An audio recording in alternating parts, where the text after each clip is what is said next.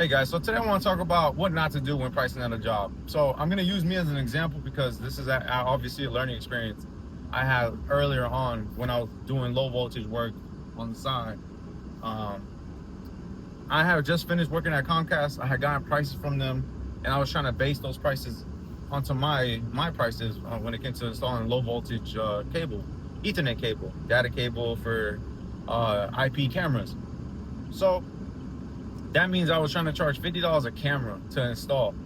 And for anybody who's out there watching this, $50 a camera doesn't make sense because that means you gotta run a cable to the camera, and a lot of times people like to have them on the edge of the house, so that takes some work to get into. You also have to mount the camera and set it up with a good view, and you have to make sure you're able to get there anyways. So you have to mount the camera too, and once you have that all connected, you have to make sure that the other end of the cable is connected to an NVR, and you have to make sure the NVR is somewhere where you're able to program it. You know, a lot of people like to leave it up in the attic and stuff like that, but then you still have to put a TV up there to program it, to put the password on, to make sure it's connected properly, all things like that, right? I say a lot of people like to do that. Those are home, residential spots. Professional locations or even larger homes, they like to put them in a AV closet, IDF room, things like that.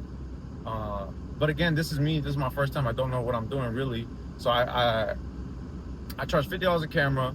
House is big. $8 cameras to install. So $50 a camera, that's like $400, give or take, right? I'm thinking in my head, I need a helper to help me out. I was gonna pay him $100 a day. And I was like, cool, I'm just gonna bring him one day, so we're gonna do all the hard work. If all we do is pull cable all day, that's cool, because then at least at the end of the following day, I can come back by myself and I can do the setup, and that's not a big deal. We were able to pull the cameras and set them all up, but it took all day, man. It took I left the job at 9 o'clock at night because I just didn't plan properly.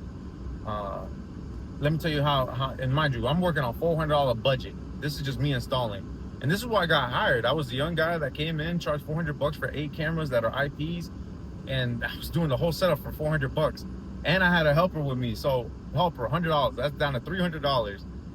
When I'm installing these cameras, I realized the overhang of the TV itself, of the camera, the overhang of the house, right? Houses are like that, right? The edge. That overhang was blocking the view of the camera I was installing. So that means that every single camera I installed, I needed not installed yet, but I needed to install a junction box. I needed to go to Home Depot and buy 8 junction boxes. They were like probably $15 a piece. So I spent like 100 and some change to do it, right? So let's just say $100 flat number, right? So now I'm down to $200, right? I'm down to $200 profit for 2 days work. And not only that happened, man, and I hate to admit this, but this is actually what happened to me. And just a warning for anybody who's getting involved, right? So my guy that was helping me, he wasn't skilled, but he was a worker. So I was able to send him in the attic and he could pull cables. While he was in the attic, he was going in between trusses and he stepped too hard on one truss, and there was a cable there. So there's like a pitch there, the little cable's right there. He squished it and then cut off electricity to like 2 bedrooms in the house. And there's no way I could pay to fix that, man. I laugh about it now, but it was a dead serious problem then. Even now, it's still something I'm not proud of, but it was something I couldn't fix, and I had to tell the guy, like, listen, man, this happens, I'm sorry. I tried to find somebody. He just kind of looked at me and he was just like, don't worry about it, bro, because he knew I was kind of like in over my head, and I think he kind of knew that he probably shouldn't have hired me because I was the cheapest guy. But yeah, man, that was something that happened, and it was such a learning experience because, one, I realized I charged too cheap. I'm rushing. We damaged this guy's house, and now this $400 job is literally zero because that, like I said, it was $100 for the guy, $100 for material, and then like I needed $100 for gas because I had to pick up my guy and I needed to drop him off, and then we needed to go to the job site. So I'm looking for $100 of profit. That's not really profit because I still had to. I still had to come back the following day, so I made like $50 a day, and it was bad, man. That was like my worst experience I ever had installing cable because I wasn't prepared. I didn't realize what I was getting myself into.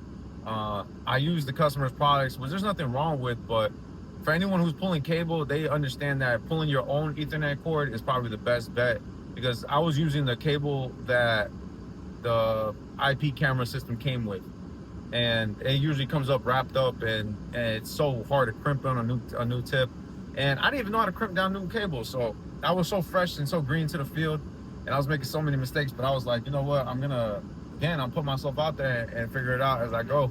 And even though it was embarrassing and very expensive learning lesson, it was something I'm glad I did, because at the end of the day, you don't know until you find out, and you need experience to find out, right? And in order to get experience, you need to go out there and have the experience. So yeah, man, hopefully you guys learn from my mistakes. You know, pay attention to what you're doing. If you're sending somebody up there, make sure they have a light, you know what I mean? If you have an overhang, take an extra look. You're like, hey, what's the camera look like? Maybe I need a spacer in between, right? If you have an MVR that has to be installed in a certain location, make sure you can get in that location. Sometimes you might find a fire block in there, right? So give yourself, if you think you can do it in 2 days, tell them you do it in 4. You know, double it up. And if you can do it in those 2 days and you deliver, you look like a rock star, bro.